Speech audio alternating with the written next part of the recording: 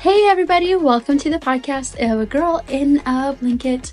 Today I wanted to get on here and just to share a little bit about my adoption story. I know that a lot of people are going through the adoption process or have been themselves, and I thought that this podcast would be a great way of helping other people learn about adoption and what it is and how to go through the process.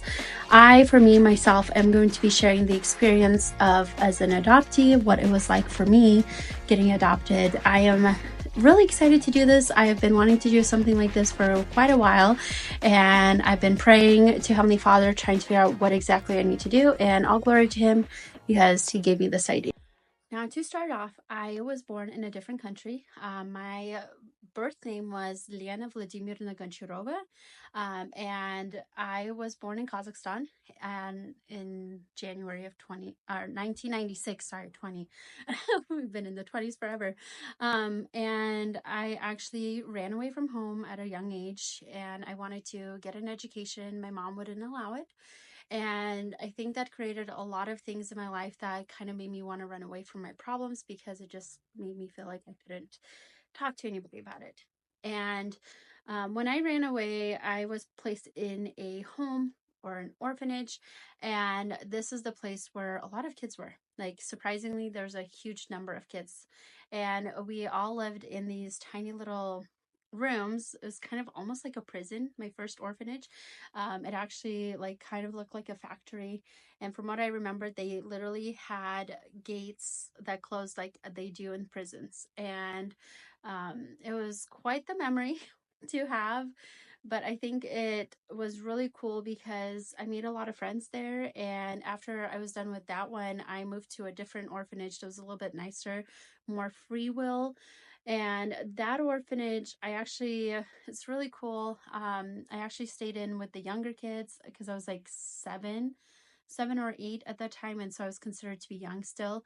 And so I stayed down there, and it was really special because, it was hanging out with little kids. I've always gotten along better with kids younger than I am rather than people that are older than I am.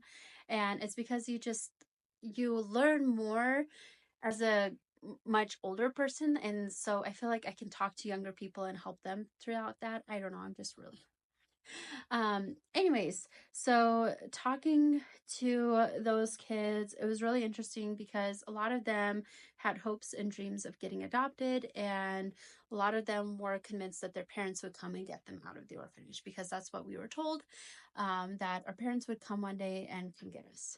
And I was told the same thing back in the other orphanage. I was told, hey, your parents want your mom. Actually, I didn't know my dad.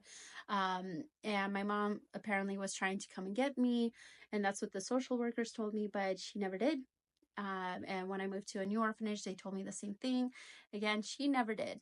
And I lived in that orphanage for a couple of years before my family came in, adopted me.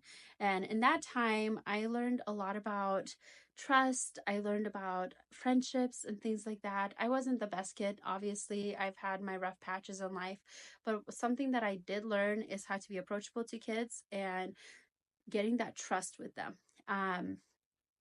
And so when my family came, it was actually really cool because when they came, I was playing on the playground, and apparently they wanted to see me. They were like, Lena, this is the family here to see you. And I was like, that's so cool because out of all the families that had ever come, this was the first family that actually wanted to see me in person.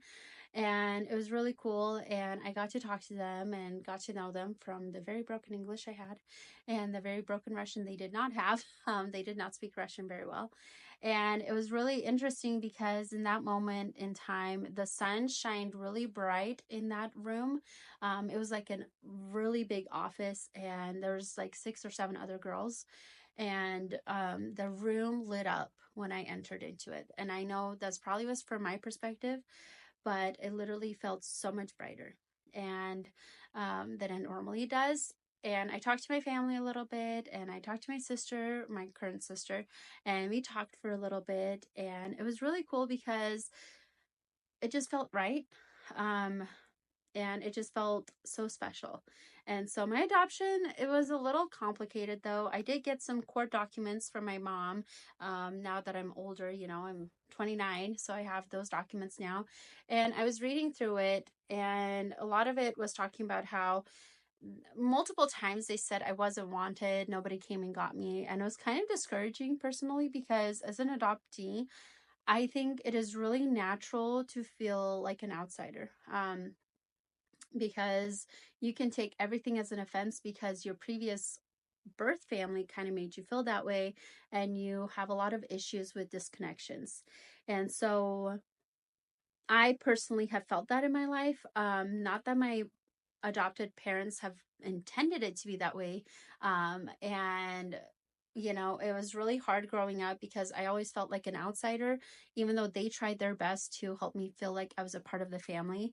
And as I've gotten older, I've been seeing the problems that I've had. I've always had attachment issues. I actually really do struggle making friends and things like that because I just don't trust people. Because I've been abandoned, and it has made it rather difficult to build and strengthen relationships. And it's nothing against my adopted family, because my adopted family has been more than gracious to me, and they have been very accepting and very patient with me as I've gone through these cycles of I love you, I don't love you, I love you, I don't love you. And I think because of my story and my life that I've experienced before I was adopted, it has created a lot of issues for me. A lot. So, I think when I was adopted, it was actually a really cool experience. My mom is a great artist, and she actually made this beautiful picture, where she was hugging me because the judge said yes, I could come to America. And it was really powerful because before my family got there, before they came to the orphanage, we had a caregiver that came and talked to us about God. And beforehand, I didn't really know who he was. And I'm getting emotional about it because God has been in so many aspects of my life. And so when this lady was talking to us about God, I just really felt his presence during that time. And so when my mom drew that, they prayed a lot for me to be adopted by them. And when the judge asked me, he looked at me, he said, do you want to go to this American family, or would you rather stay here with your mom? And I looked at my birth mom and I said, please let me go. I don't want to be here anymore because it's not fair, because you haven't been there my whole entire life. You've been missing. I have so many more great opportunities in America. I can learn, I can grow, I'll be able to get an education. And she said, is this what you really want? And I said, yes, please let me go. And I told the judge, I said, yes, I want to go to America. And my mom said, I guess whatever she wants. And it's not, I don't think it's that she didn't love me. I think she didn't know how to love. And I think that's what makes it really hard, is growing up not knowing how to be loved.